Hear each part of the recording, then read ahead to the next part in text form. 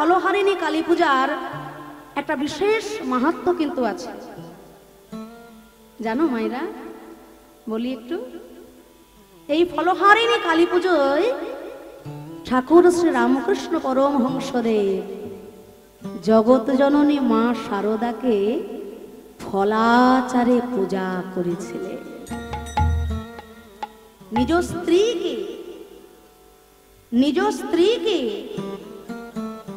গাছের নূতন নূতন ফল দিয়ে, আম জাম কাঁঠাল, এই সময় গাছ ভরা নূতন নূতন ফুল ফল, তা নানা রকম ফলাচারে ঠাকুর শ্রী রামকৃষ্ণ পরমহংসদেব জগৎ জননী মা শারদা মায়ের পূজা করেছিলেন মাতৃজ্ঞানে। আহা, যে বংশে শারদা মাতা বধূ মাতা হয়ে এসেছিলেন, সেই বংশের সম্মান জানি না আমরা কতটা রাখতে পারছি, তবু আপনাদের আশীর্বাদ মাথায় নিয়ে জীবনের যে কটা দিন বাঁচবো এইভাবেই যেন এই নামের মধ্যে দিয়ে আমাদের জীবনটা কাটিয়ে দিতে পারি।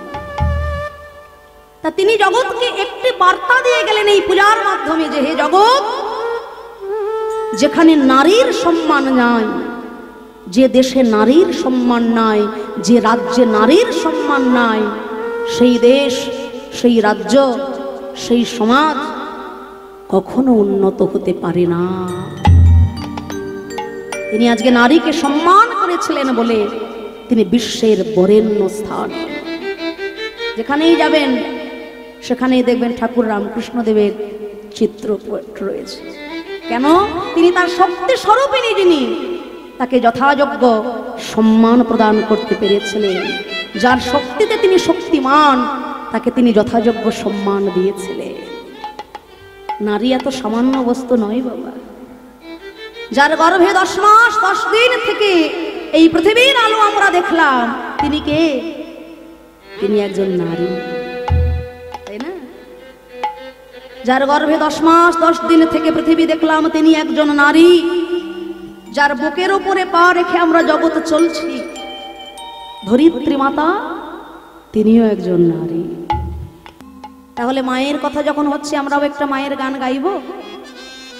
হ্যাঁ, গাইব? বেশ, তাহলে একটু প্রাণ ভরে উলুধ্বনি হরিধ্বনি হয়ে যাক। নিতাই গৌর হরি হরি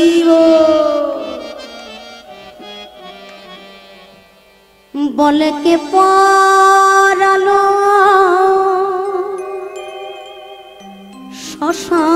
শ্মশান চিতা,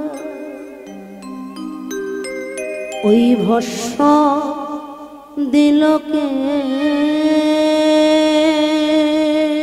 মাগো, চোখের কাজল সারা গায়ে মাখিয়ে দিল কে মা, তোর চোখের কাজল সারা গায়ে মাখিয়ে দিল কে? বলে কে পরালো শ্মশান চিতার, কে পরালো শ্মশান চিতায়, ওই ভস্ম দিল কে মাগো, চোখের কাজল সারা গায়ে মাখিয়ে দিল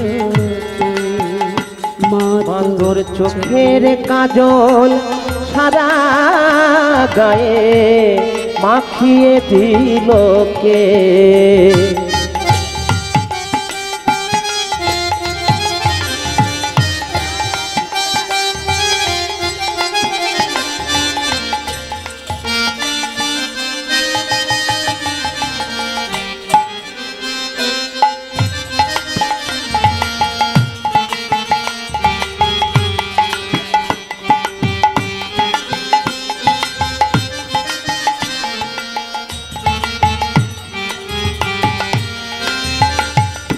হাড়ের মালা কোথায়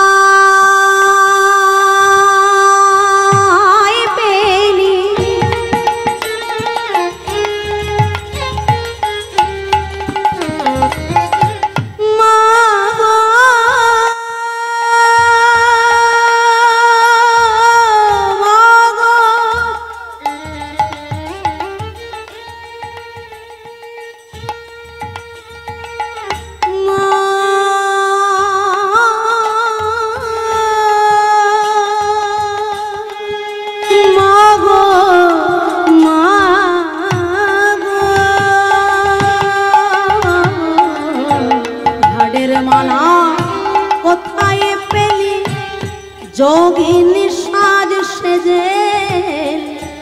তোর গৌরী নামটি বল না মা তোর গৌরী নামটি বল না মা গো মা তোর গৌরী নামটি বল না মা গো গৌরী নামটি বল না মা গো হরিণী লোকে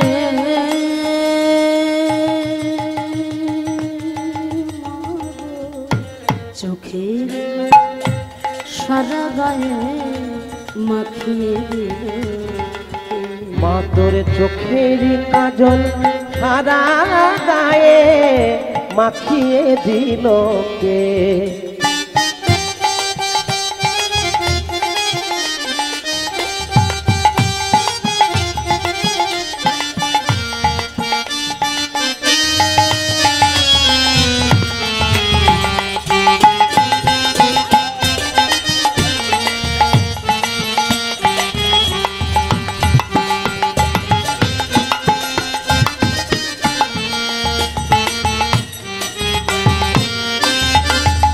দেখে যারে পায়ের শোভা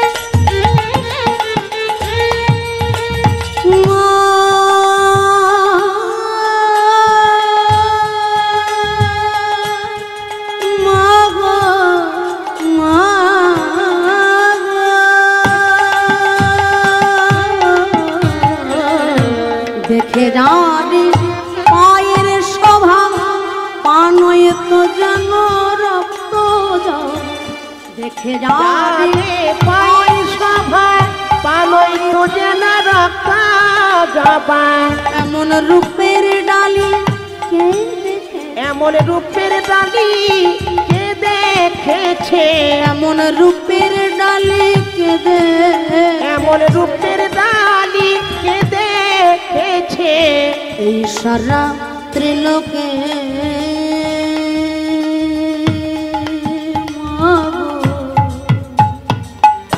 চোখের কাজল সারা গায়ে মাখিয়ে দিল মা তোর চোখের কাজল সাদা গায়ে মাখিয়ে দিল কে চোখের কাজল সাদা গায়ে মাখিয়ে দিল কে মা তোর চোখের কাজল সারা গায়ে মাখিয়ে দিল কে মা তোর চোখের কাজল সাদা গায়ে মাখিয়ে দিল কে जय जय भवतारिणी माई की জয় जय जय भवतारिणी माई की জয় जय जय भवतारिणी माई की জয় তাহলে চাপাল গোপাল তিনি কিন্তু মাতৃভক্ত কালী ভক্ত তাই তিনি মায়ের আরাধনা করছেন। আচ্ছা এখানে আমরা যারা যারা উপস্থিত হয়েছি এখানে অনেকে বৈষ্ণব অনেকে শাক্ত আবার অনেকে শৈব তাই তো অনেক প্রকারের মানুষই তো আসে হরিবাসরে তা যারা বৈষ্ণব অনেক সময় চিন্তা করেন যে আমার পন্থটাই সর্বশ্রেষ্ঠ আবার যারা শাক্ত তিনি ভাবেন যে না আমার পথটাই সর্বশ্রেষ্ঠ ভজন যারা শৈব তারা চিন্তা করে আমার পন্থাটাই সর্বশ্রেষ্ঠ দক্ষিণেশ্বর মন্দিরে একটা অপূর্ব বিষয় আপনারা গেলে পরে লক্ষ্য করবেন একটু আপনারা দেখতে পাবেন যেমন শৈব আরাধনা শিব মন্দির রয়েছে তেমন তন্ত্র সাধনার জায়গা মায়ের ভজনা শাক্ত ভজনা আবার সেখানে কিন্তু বৈষ্ণব মতে রাধা কৃষ্ণের মন্দিরও আছে কৃষ্ণ বিগ্রহ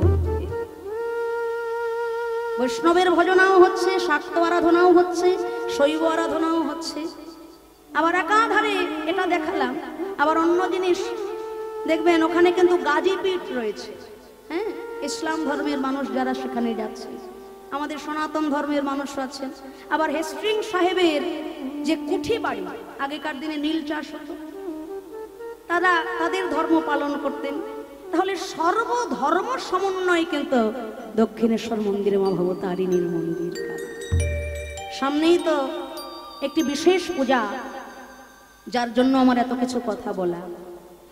আমাদের এই বঙ্গে প্রধানত 3টি কালী পুজো হয়, তাই তো? রটন্তী কালী পুজো, যেটা কৃষ্ণ কালী হয়েছিলেন নিধুবনে, আয়ান ঘোষ বৃন্দাবনে রটিয়ে দিয়েছিলেন চতুর্দশীতে, অমাবস্যায় নয়, চতুর্দশীতে কিন্তু ওই কালী পুজোটা হয়। আর একটা দীপান্বিতা কালী পুজো, রামচন্দ্র যখন অযোধ্যায় ফিরে এলেন 14 বছর বনবাস জ্ঞাপন করে, দীপ জ্বালিয়ে সবাই আহ্বান জানিয়েছিলেন রামচন্দ্রকে, সেই সময় হলো দীপান্বিতা কালী পুজো। আর সামনেই কদিনের মধ্যেই আসছে একটি বিশেষ কালী পুজো। হ্যাঁ, বাহ, এই তো মায়েদের মুখস্থ। যে গানটি আমি গাইলাম না বললেই নয়, আপনারা সকলেই জানেন, আমার স্বামী শ্রী সোমনাথ চট্টোপাধ্যায়, তিনি ঠাকুর শ্রীরামকৃষ্ণ দেবের 5ম বংশধর এবং দক্ষিণেশ্বর মা ভবতারিণীর মন্দিরের তিনি পুরোহিত, এবং তার সঙ্গে সঙ্গে তার যে সাধনা, বলে না, লাগে না ফুল চন্দন মন্ত্রতন্ত্র লাগে না, গানই সর্বশ্রেষ্ঠ সাধনা। তিনি সঙ্গীত জগতে একটি বিশেষ পদে আছেন, অল ইন্ডিয়া রেডিও আর্টিস্ট, এবং শ্রদ্ধেয় রামকুমার চট্টোপাধ্যায়ের কাছে দীর্ঘ বহু বছর ধরে তিনি শ্যামা সঙ্গীত, ভক্তিগীতি, টপ্পা ইত্যাদি শিখেছেন। সঙ্গীতের একটি বিশেষ মর্যাদায় তিনি রয়েছেন। তারই কাছ থেকে আমার এই শ্যামা সঙ্গীতটি শেখা। তা তিনি শ্যামা সঙ্গীত জগতের একটা এমন উচ্চ পর্যায়ে রয়েছে, তার কাছে আমি তুচ্ছ।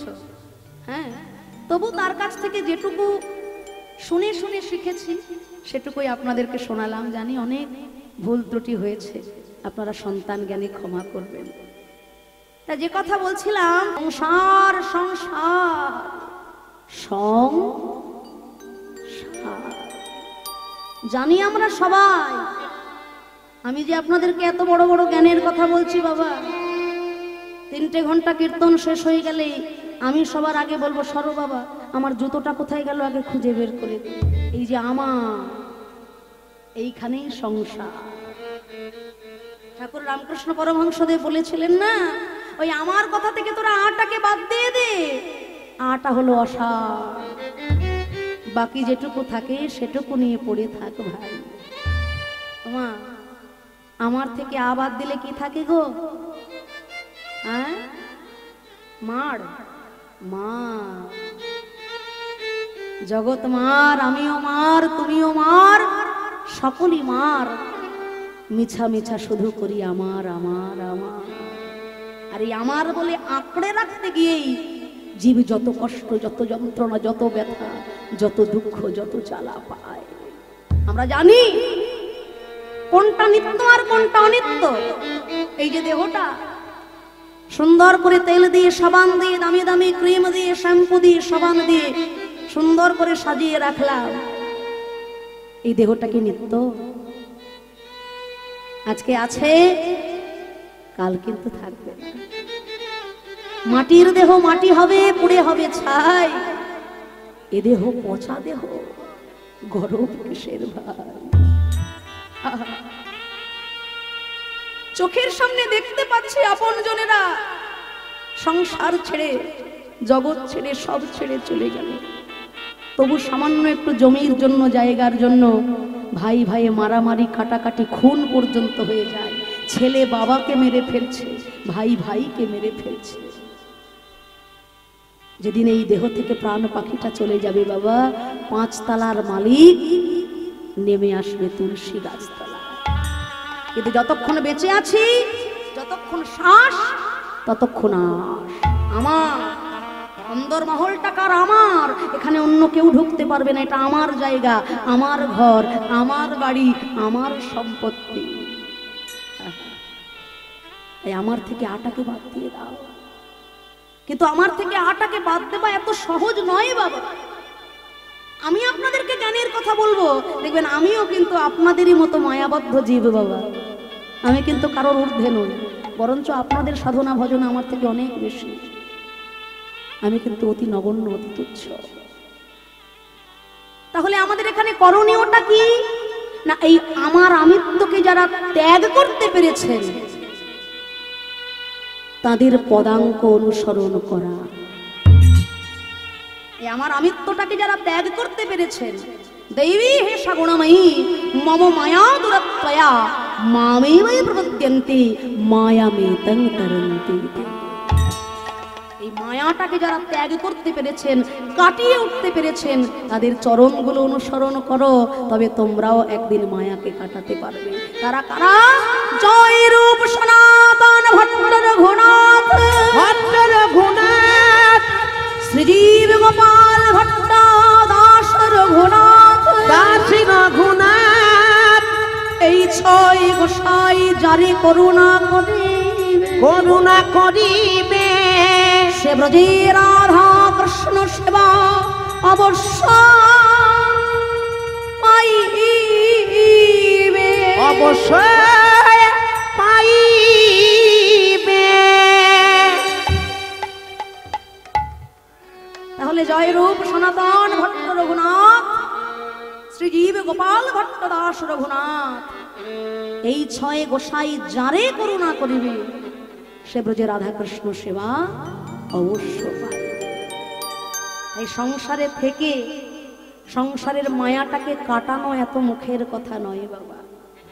ঠাকুর বললেন মায়াকে কাটাতে হবে না, সংসারে থেকেও ডাকার মতো তাকে ডাকো। জলের ওপরে নৌকা চলবে, কোনো অসুবিধা হবে না, কিন্তু অসুবিধাটা কখনো হয় জানো?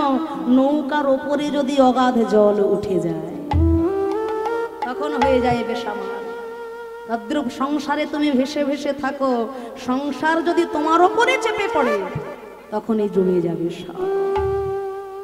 এই গঙ্গার পাড়ে বৃক্ষতলে রহিত বসিয়া একদিন বলে কিছু প্রভুরে দেখিয়া, নিতাই গৌর এসেছেন ওই গঙ্গার তীরে। চাপাল গোপাল জড়িয়ে ধরল চরণ, হে নিতাই গৌর তুমি আমায় উদ্ধার করো। মহাপ্রভু বললেন, আরে পাপী ভক্ত দেশী, ভক্ত দেশি তোরে নয় উদ্ধারিব, নাই উদ্ধারিব, কোটি জন্ম এই মতে তোরে কিরাই খাওয়াইব, কিরাই খাওয়াইব। চাপাল গোপাল চিন্তা করলো, তাহলে এই জীবন আমি আর রাখবো না, গঙ্গার জলে আমার জীবনটাই বিসর্জন দিয়ে দেব। ছুটতে ছুটতে চলল চাপাল, গঙ্গাতে ঝাঁপ দেবে বলে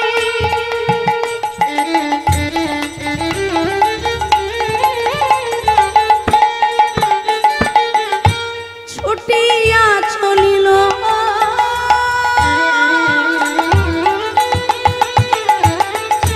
পতিত পাবনী গঙ্গা দূরে সরে গেল। হরি হরি বল।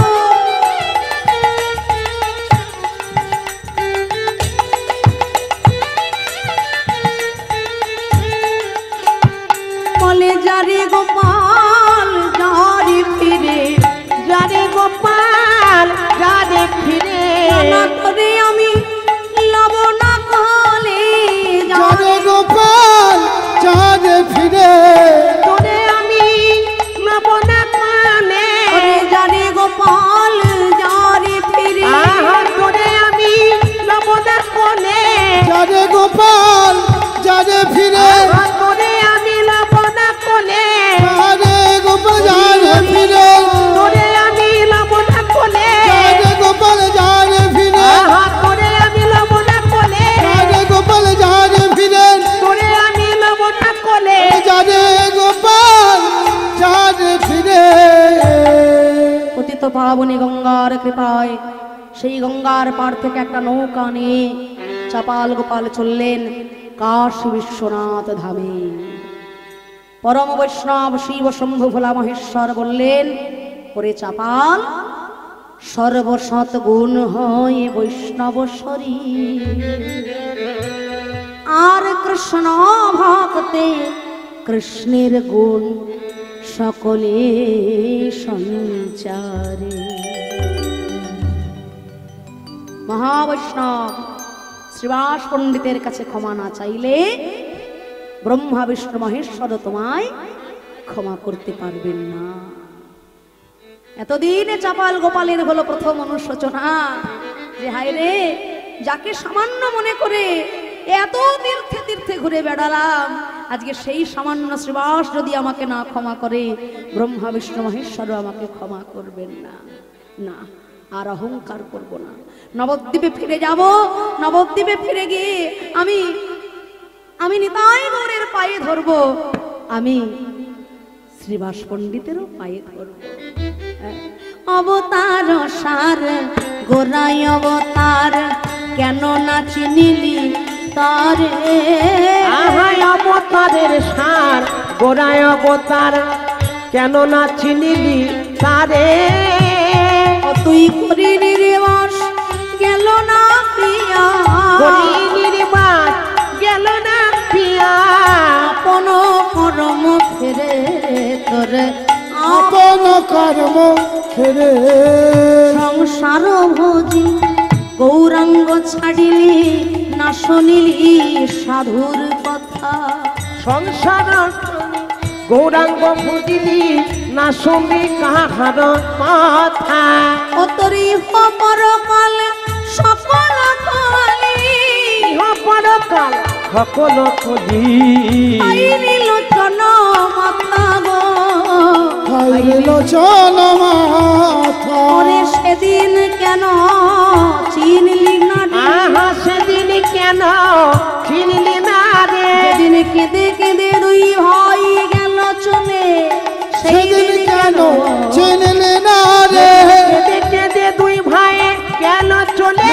হরিবল হরিবল হরিবল বলে, কেঁদে কেঁদে দু ভাই কেন চলে? হরিবল হরিবল হরিবল বলে, কেঁদে কেঁদে দু ভাই কেন চলে? হরিবল হরিবল হরিবল বলে, কেঁদে কেঁদে দু ভাই কেন চলে? হরিবল হরিবল হরিবল বলে। আহা সেদিন কেন চিনলি না রে? নবদ্বীপে এসে দেখে এই তো সোনার নবদ্বীপ ধাম, কিন্তু নবদ্বীপের সেই পরিস্থিতি আছে আর নাই। ভক্তের কণ্ঠে আর শোনা যায় না সেই আকুল কণ্ঠের হরি সংকীর্তন। আজ আর ঘরে ঘরে বাজে না সেই খোল করতা। নবদ্বীপ ছেড়ে গৌরাঙ্গ মহাপ্রভু সন্ন্যাস গ্রহণ করেছে। আর মহাপ্রভু নবদ্বীপ ছেড়েছেন বলে সেই দুঃখে শ্রীবাস পণ্ডিত নবদ্বীপ ছাড়া হয়েছে। চপাল গোপাল চিন্তা করল, তাহলে আমি কার কাছে গেলে মুক্তি পাবো? তাহলে আমি কার কাছে গেলে কৃপা পাবো? তবে একবার যখন চরণ ধরেছি দয়াময়, যা করো গৌরাঙ্গ হরি, তুমি আমায় মারো রাখো যাই করো না কেন, আমি তোমায় ছাড়বো না। কেটে গেল অনেক দিন। একদিন ঘটে গেল এক অপূর্ব ঘটনা। কি ঘটনা? সন্ন্যাস লইয়া প্রভু নীলাচলে গেলা। সন্ন্যাস লইয়া প্রভু নীলাচলে গেলা। সন্ন্যাস হইয়া প্রভু নীলাচলে গেলা। কথা হইতে যাবে ফুলিয়া গ্রামেতে আইলা। কথা হইতে যাবে ফুলিয়া গ্রামেতে আইলা। তবে সেই পাপী প্রভুর লইল শরণ। তবে সেই পাপী প্রভু লইলা শরণ। হিতোপদেশ কইলেন প্রভু হইয়া সকরুণ। হিতোপদেশ কইলেন প্রভু হইয়া সকরুণ। বলে চলো সবে ফুলিয়ায়, চলো সবে ফুলিয়ায়। দেখবি যদি গোরা রায়। চলো সবে ফুলিয়া, দেখবি যদি গোরা রায়। চলো সবে ফুলিয়ায়। দেখবি যদি গোরা রায়। চলো সবে ফুলিয়া, দেখবি যদি গোরা রায়। চলো সবে ফুলিয়ায়। দেখবি যদি গোরা রায়। চলো সবে ফুলিয়া, দেখবি যদি গোরা রায়। চলো সবে ফুলিয়ায়। দেখবি যদি গোরা রায়। চলো সবে ফুলিয়া। সারা বাংলায় সারা পড়ে গেছে, কুলিয়ায় মহাপ্রভু এসেছে। চাপাল গোপালের মনে আনন্দ ধরে না। নিশ্চয়ই সেখানে শ্রীবাস পণ্ডিতেরও দেখা পাবো। আমিও যাব, আমিও যাব, কিন্তু যাব কিভাবে? আমি যে আর চলতে পারছি না, নড়তে পারছি না। এমন সময় দেখা গেল একজন অন্ধের কাঁধের উপরে উঠেছে একজন ঘোড়া। এই যে ভাইয়া, এই অবস্থা কি করে হলো তোমাদের? হ্যাঁ, করোনা হয়েছে নাকি? আবার করোনা নাকি আবার আসছে? মায়েরা আসছে আবার? কি বলেন? আবার লকডাউন? সর্বনাশ! ভুলেও নাম আর নেবেন না, ভগবানকে ডাকুন। শোনো ভাই, কি হয়েছে? হ্যাঁ, তা তোমাদের এই অবস্থা কেন হলো? হ্যাঁ হ্যাঁ, কারা? লাগান ভাগান? আচ্ছা আচ্ছা, ভুল দেখেছো, ভুল দেখেছো, মিথ্যে কথা বলেছো, ওই জন্য অন্ধ। আমাকে দেখতে পাচ্ছ? কটা আঙুল? সত্যি তাহলে দেখতে পাই। আচ্ছা তুমি অন্ধ? আচ্ছা তোমার পাশে ওকে খোড়া, উঠতে পারে না? আচ্ছা, ও খোড়া হয়ে বসে আছে, খোড়া হয়ে বাজাচ্ছে। তাহলে অন্ধ আর খোড়া, বুঝলে? তা তুমি কে হে ভাই, তুমি এত কিছু জিজ্ঞাসা করছো আমাদের? চাপাল গোপাল বলছে, ভাই আমাকে চিনতে পারছো না? তোমরা না চিনতে পারলেও আমি কিন্তু তোমাদের দুজনকে খুব ভালো মতো চিনতে পেরেছি। তোমরা দুইজন সেই তর্ক চূড়ামণি আর সেই তর্কালঙ্কা। আরে সেই চাপাল গোপাল দেখে একবারে চেনাই যাচ্ছে না, সারা গা কুষ্ঠ রোগে ভরে গেছে, রক্ত পুঁজ ঝরে যাচ্ছে, গা থেকে পোকা পড়ছে। হ্যাঁ ভাই, অপরাধ যখন একসঙ্গে হয়েছে, চলো এবার ক্ষমাও চাইতে যাব একসঙ্গে। তিনজন যাইয়া পড়ে গৌর চরণে, তিনজন যাইয়া পড়ে গৌর চরণে, তিনজন যাইয়া পড়ে গৌর চরণে, তিনজন যাইয়া পড়ে গৌর চরণে, তিনজন যাইয়া পড়ে গৌর চরণে, তিনজন যাইয়া পড়ে গৌর চরণে। বলে প্রভু ক্ষমা করো এতি নয় অধম, বলে প্রভু ক্ষমা করো এতি নয় অধমে, আর যেন ভুলি না, আর যেন ভুলি না, গৌর তোমার রাঙা চরণে, আর যেন ভুলি না, গৌর তোমার রাঙা চরণে আর যেন ভুলি না। তর্ক চূড়ামণি তর্কালঙ্কার নিতাই গৌরের চরণে ক্ষমা চাই, তারা মুক্তি লাভ করেছে। কিন্তু চাপাল গোপাল জানে সে যে বৈষ্ণব অপরাধী, নিতাই গৌরের কাছে ক্ষমা চাইলে তার মুক্তি হবে না। তবে বিপ্র লইল আশ শ্রীবাস শরণ, শরণ আর তার কৃপায় হইল সকল পাপ বিমোচন। পঞ্চাকল্পতরুভ্যশ্চ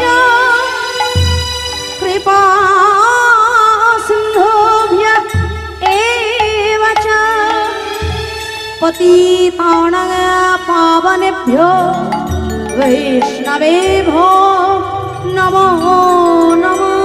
নমঃ নমঃ।